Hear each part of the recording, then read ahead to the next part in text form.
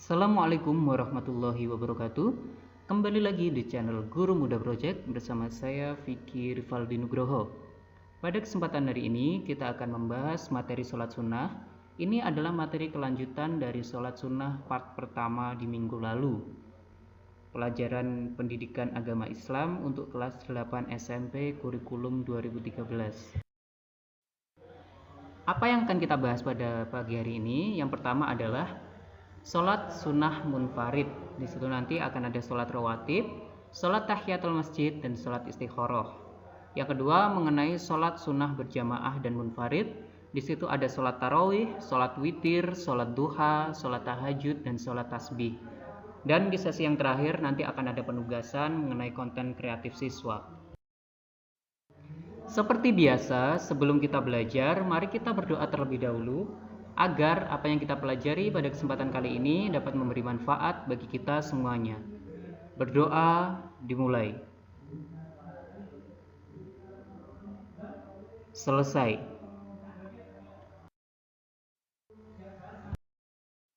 Kita akan mulai dari sholat sunnah munfarid. Sholat sunnah munfarid adalah sholat sunnah yang kamu kerjakan secara sendirian atau tidak berjamaah.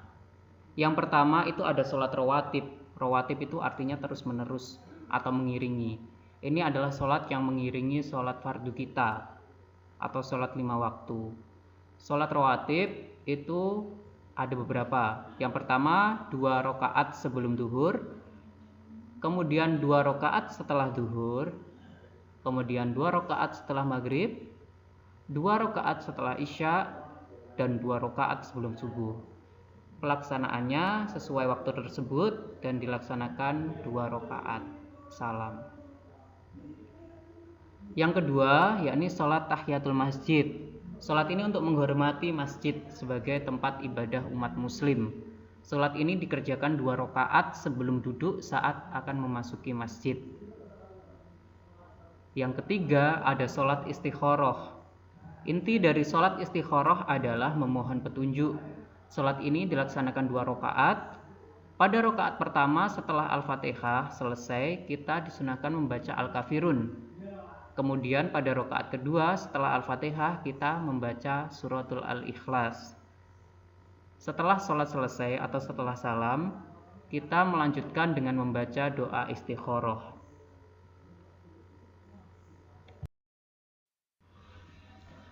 Kita lanjutkan mengenai pembahasan sholat sunnah berjamaah atau munfarid.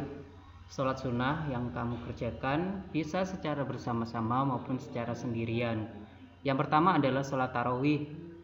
Sholat tarawih ini merupakan salah satu sholat yang tidak asing bagi kita. Tarawih artinya istirahat atau perlahan-lahan. Sholat ini dikerjakan setelah melaksanakan sholat isya dengan jumlah bilangan rakaat 8 atau 20 rakaat dengan tiap 2 rakaat salam.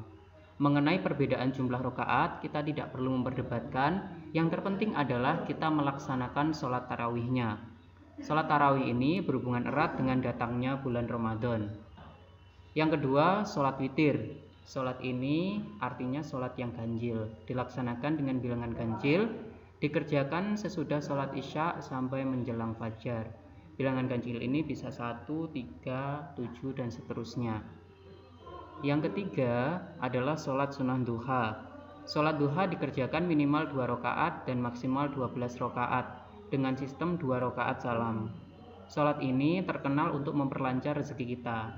Waktu sholat duha adalah ketika matahari sudah sepenggalah naik atau kira-kira 1 tombak, kira-kira pukul 6:30 atau pukul 7 pagi. Itu bisa kita mulai untuk melaksanakan sholat duha. Yang keempat adalah sholat tahajud. Sholat tahajud itu terkenal dengan qiyamul lail atau sholat malam. Sholat ini dikerjakan setelah sholat isya sampai sebelum subuh. Paling sedikit 2 rakaat sampai tak terbatas dengan setiap 2 rakaat salam.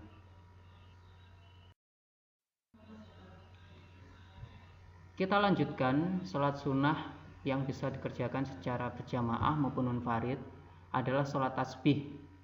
Sholat sunnah yang memperbanyak bacaan tasbih. Dilaksanakan sesuai kemampuan kita. Jika mampu setiap hari kita laksanakan. Jika tidak mampu kita laksanakan setiap hari Jumat. Jika tidak mampu lagi minimal kita laksanakan 1 bulan sekali. Jika tidak mampu lagi, kita laksanakan 1 tahun sekali. Dan terakhir, jika kita tidak mampu, minimal mengerjakan sholat tasbih sekali seumur hidup. Kapan waktunya? Waktu sholat tasbih itu jika dilaksanakan di siang hari, jumlah rakaatnya 4 sekali salam, jadi 4 rakaat sekali salam. Jika dilaksanakan malam hari, maka 4 rakaat 2 kali salam. Bagaimana tata caranya? Tata caranya sama seperti sholat sunnah pada umumnya, namun ada penambahan bacaan tasbih. Lalu bagaimana jumlahnya? Setelah surat pendek, kita membaca tasbih sebanyak 15 kali. Kemudian kita ruku. Setelah bacaan ruku, kita baca lagi tasbih 10 kali. Setelah itu kita i'tidal. Setelah bacaan i'tidal, kita baca tasbih 10 kali. Kita lanjutkan ke sujud pertama. Setelah bacaan sujud, kita tasbih 10 kali. Kemudian duduk di antara dua sujud. Setelah bacaannya, kemudian kita baca tasbih 10 kali. Setelah itu kita laksanakan sujud yang kedua. Setelah bacaan sujud yang kedua, kita baca lagi tasbih 10 kali. Kemudian ketika akan berdiri untuk rakaat yang kedua, kita disunahkan untuk duduk istirahat.